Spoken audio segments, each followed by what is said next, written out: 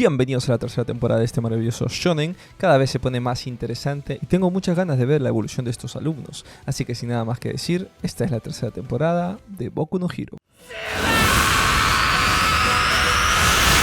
Iniciamos con el arco de viaje escolar donde se nos presentarán a las Wild Wild Pussycats, quienes junto a sus profesores estarán a cargo de este campamento de entrenamiento donde cada uno de nuestros héroes se enfocará en mejorar su poder.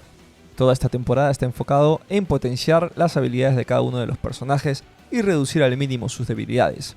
Cuando parecía que por fin tendríamos un arco tranquilo de entrenamiento, la Liga de los Villanos aparece nuevamente con un gran número de integrantes, quienes además son bastante fuertes, con un solo objetivo: inestabilizar la sociedad de los héroes, generando desconfianza en la escuela más grande de superhéroes y capturando a uno de los suyos, Bakugo. Estas batallas están geniales porque, de nuevo, vemos cada vez más protagonismo en varios personajes.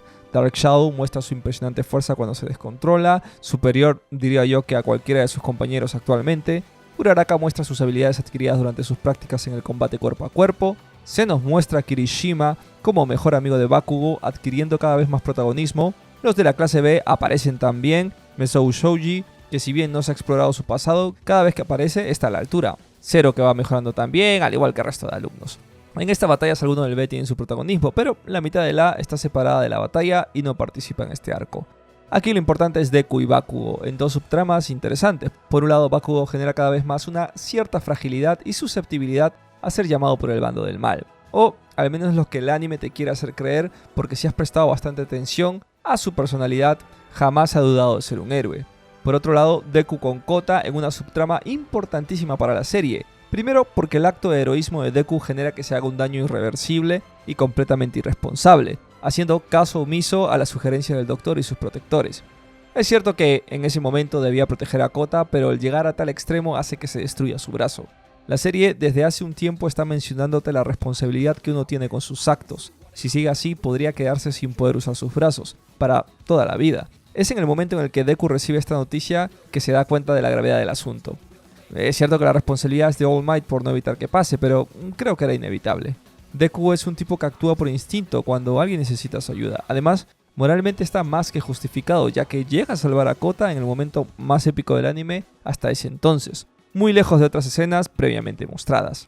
Este es el primer acto heroico hacia una persona que desconocía. Es la reafirmación de que desea ser un héroe por sobre todas las adversidades que pueda tener. Por cierto, vaya brutalidad de acción, un combate breve pero lleno de momentos épicos. Durante este arco vemos a villanos que serán recurrentes a lo largo de la serie, sus personalidades y sus habilidades. Además de sus objetivos, muchos motivados por el asesino de héroes y su gran capacidad para enfrentarse a rivales muy poderosos como los profesores de la UA. Después de estos acontecimientos tan peligrosos que deja a la UA con una inestabilidad en su reputación, llega el momento del anime hasta ahora. La última batalla de All Might, el All for One contra el One for All. Una batalla, sinceramente, nada del otro mundo en aspecto de coreografías o giros argumentales. Es simplemente ver dos tipos que están en el límite de su capacidad, al borde del retiro, dándolo todo. Pero antes de hablar de esta escena, hablemos de este arco. Primero, ya se había mencionado previamente la responsabilidad que tenían los futuros héroes en el uso de sus poderes. Hay reglas que se tienen que respetar y que, si no lo hacen, se daría un castigo. Hay un espacio entre medias que separa los actos heroicos de los de un villano. ¿Hasta qué punto puedes utilizar un poder para obtener cierta ventaja en tu día a día? ¿Cuáles son los límites en la libertad de tomar acciones por cuenta propia de los héroes? Como se diría en Watchmen, ¿quién vigila a los vigilantes? Esto se te va resaltando constantemente a lo largo de la serie. Es cierto que, debido a los acontecimientos casi terroristas, son muy bondadosos con ellos, pero hay que saber marcar los límites. Nuestros protagonistas intentan ir a salvar a Bakugo, quien había sido capturado y que generaba una amplia culpabilidad en sus amigos por no ser capaces de salvarlo en su momento. Ahora, incumpliendo las reglas, deciden ir a por él. Y es en ese momento donde vemos a los grandes héroes en acción, atacando el escondite de los villanos. Primero, la eficacia y la diferencia de poder cuando entran todos en acción es notorio. Me gusta mucho eso. Que no pasa en todos los shonens, que los adultos verdaderamente marquen una diferencia con los jóvenes protagonistas. Evidentemente, nada iba a ser tan fácil y entra el gran villano All for One a destruir los planes, salvar a sus secuaces y enfrentarse a All Might. Me encanta que los pequeños queden petrificados ante el aura del rival. Se evidencia claramente la diferencia de poder entre ellos. De hecho, múltiples héroes no pudieron contra él. Mientras All Might pelea, los alumnos, usando el ingenio de Deku, consiguen salvar a su amigo, utilizando a Kirishima de manera brillante para que Bakugo reaccione rápido y puedan huir juntos, ya que verdaderamente estos han generado un lazo y son mejores amigos. Por más que Deku sienta una amistad muy profunda hacia Bakugo, es notoria la diferencia entre la relación que tiene con Kirishima a la que tiene con nuestro protagonista. Al ocurrir esto, los villanos se retiran también antes de que lleguen los refuerzos y únicamente queda All Might con Gran Torino contra el gran villano que le hizo muchísimo daño la última vez que se enfrentaron. Es aquí donde tenemos, de momento, lo mejor que se ha visto en la serie. No por la batalla en sí, ya que All Might está en las últimas, sino por el aspecto emocional. El heroísmo de All Might va con todo, utiliza hasta la última gota de poder restante para acabar con el villano. En un momento bastante emotivo, viendo cómo el símbolo de la paz se retira con un grandioso último combate, dejándole la batuta a Deku. Momentazo muy épico, pero sobre todo emotivo. Antes de entrar al siguiente arco, tengo que hablar de Bakugo, quien ya había dicho previamente tiene un arco similar al de Sasuke. Un tipo que se va quedando atrás en poder y que empieza a frustrarse. Recibe la propuesta de los villanos para formar parte de algo más grande y hacerse más poderoso. Pero si hemos prestado atención, Bakugo únicamente tiene un mal temperamento y un ego frágil. Pero el tipo ama a All Might, tanto como Deku, y quiere ser el mejor. Él es la cosecha del símbolo de paz, de esa camada de niños que crecieron admirándolo y queriendo ser igual de heroicos. El hecho que rechace absolutamente el grupo de los villanos y les plante cara a todos ellos hace que se convierta en uno de mis personajes favoritos. También quisiera hablar del misticismo con los dos grandes poderes de este shonen, sobre todo el All for One. El desarrollo de los Nomus me parece bastante interesante, además del cómo dejaron sin poder a Ragdoll, lo cual es durísimo. Este anime no tiene momentos tan explícitos de muertes o verdaderos momentos de tristezas, pero sí que hay acontecimientos de personajes secundarios que son algo fuertes, como el robo de poder a Ragdoll, la discapacidad del hermano de Ida y muchos más. Esperemos que en un futuro lo hagan con alguno de los principales para tener ese verdadero momento emotivo tan bueno que tanto le falta a esta serie. Ahora sí, hablemos del examen de la licencia provisional para ser héroe.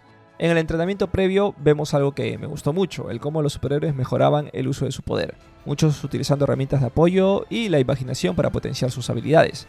Deku crea el Shoot Style y el resto de sus compañeros amplifica, mejora y desarrollan sus poderes.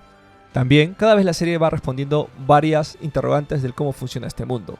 En el caso de las licencias, permite a los héroes actuar en situaciones de emergencia y utilizar su libre albedrío para buscar la manera más óptima de resolver el problema y no tener que depender de lo que diga otro héroe. Debido a los últimos acontecimientos ocurridos gracias a la Liga de los Villanos, los exámenes son más duros y son menos los recompensados con esta autorización. Aquí se nos introduce otras academias y personajes que seguramente tengan una gran relevancia en el futuro. Inasa como el más resaltante junto con Shindo, así como también la profesora Joke que anda medio de coqueteo con el profesor Aizawa. El examen no tiene nada de otro mundo, hay que darle con una pelota a 3 blancos que tiene cada rival, y con cargarte a 2 pasas.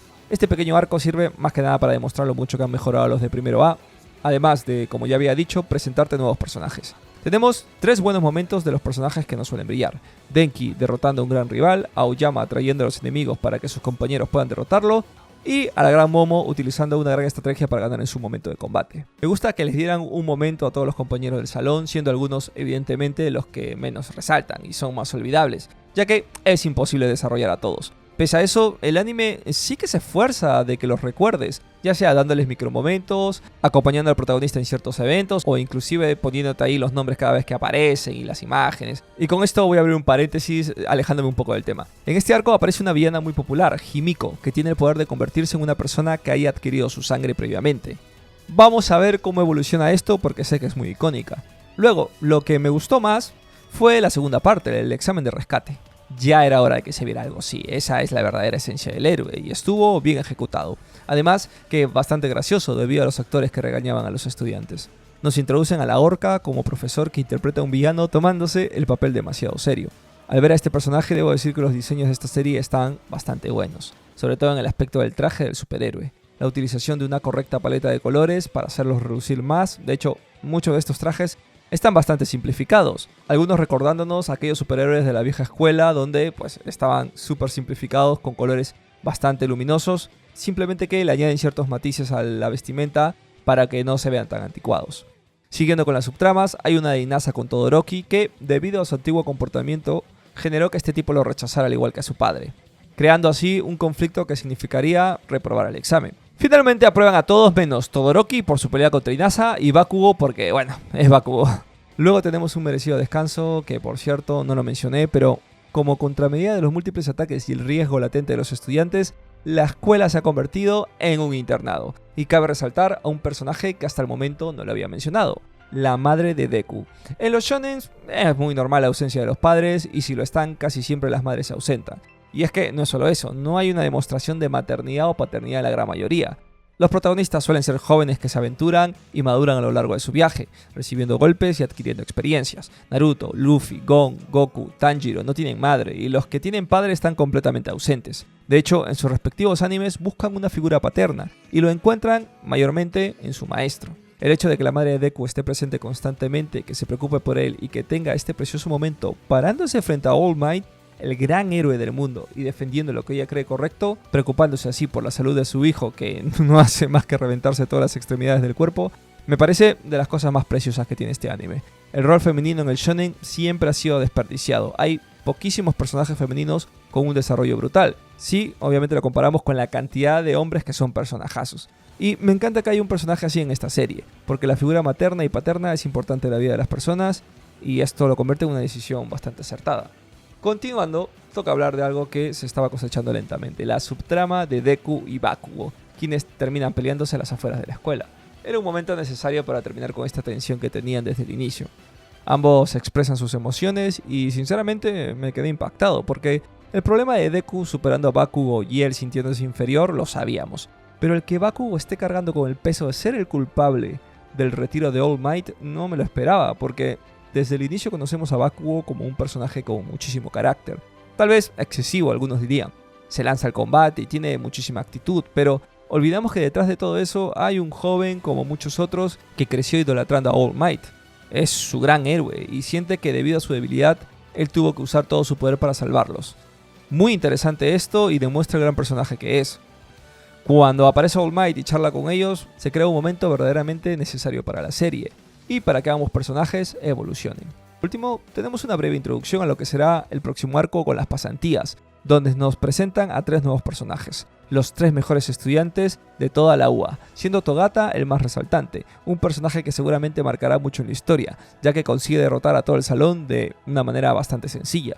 Espero con ansias la nueva temporada para ver más de este personaje y sus compañeros, quienes seguirán incrementando de fuerza a nuestros personajes principales, ya que aquí se demuestra que la astucia con la que usas tu poder puede significar un cambio abismal en tu don. Ya terminando, no hay mucho más que hablar, y si me detengo en cada video siempre a hablar de cada uno de los 20 estudiantes de primero A, estos serían eternos y no tendrían mucha relevancia. O sea, ¿qué podría decir de la chica invisible? ¿Que ahora saca un destello? ¿Qué podría decir de Cora? ¿Que le perdió el miedo a los insectos? Hablaré de estos personajes al igual que los profesores cuando tengan un verdadero momento relevante. Así que por ahora concluimos con esta gran temporada. Y eso fue todo. Como siempre, no se olviden siempre cuál fue su personaje momento favorito de la temporada. Si de personajes hablamos, no quiero sonar repetitivo, pero All Might se despide aquí con el que es mi momento favorito por ahora. Y por supuesto, ya que dije eso, evidentemente el mejor momento es el golpe final contra All for One de parte del número 1, momentazo que quedará impregnado en la historia del shonen.